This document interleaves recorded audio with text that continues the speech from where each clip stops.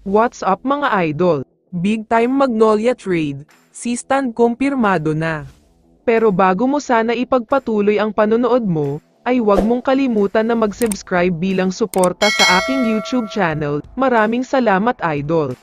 May isang balita muna tayo sa sinabi ni RJ Abarientos tungkol kay Justin Brownlee. Ayon sa kanya ay si JB na daw talaga ang pinakamagaling sa lahat, ibang klase daw kasi ang husay, galing at taas ng basketball IQ nito.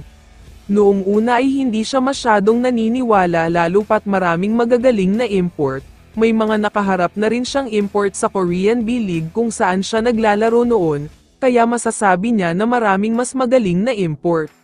Pero simula nang nakasama na niya si JB, na-realize niya na mas magaling daw talaga ito, hindi lang sa mismong basketball court kundi pati sa pakikisama.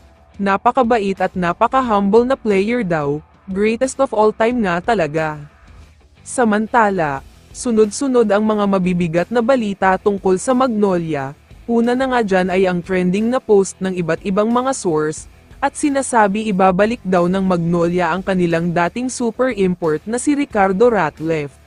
Noong bata pa siya ay sobrang unstoppable talaga, kaya nga kinuha siyang naturalized player ng Korea. Pero magkakaalaman next conference kung ganun pa rin ba ang laro niya, dahil medyo may edad na siya ngayon. Ayon sa mga source, hindi na daw pipirma ng contract extension si Christian Standhardinger sa Terra Firma, sa kadahilanang nakapag-usap na daw sila ng kampo ng Magnolia, at isang mabigat na trade nga daw ang mangyayari. Mukhang mangyayari na ang request nila at pinakahinihintay ng mga Magnolia fans. Dahil gagawa na sila ng trade bago pa man magsimula ang Commissioner's Cup, paghahandaan daw talaga nila ang next conference na ito. Ayon sa mga source, hindi na daw pipirma ng contract extension si Christian Standhardinger sa Terra Firma, sa kadahilanang nakapag-usap na daw sila ng kampo ng Magnolia, at isang mabigat na trade nga daw ang mangyayari. Ito pa ang mabigat sa balitang ito. Ayon sa mga source ay ang initial na plano daw sana ni si Stan, ay umalis na sa PBA at lilipat na sa ibang liga, pero dahil isang big company ang Magnolia kaya magkakaroon ng masinsinan na pag-uusap.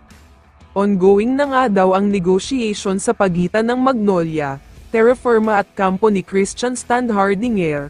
Asahan daw nating lahat na bago pa man matapos ang ongoing playoffs ay lilipat na sa Magnolia si Stan.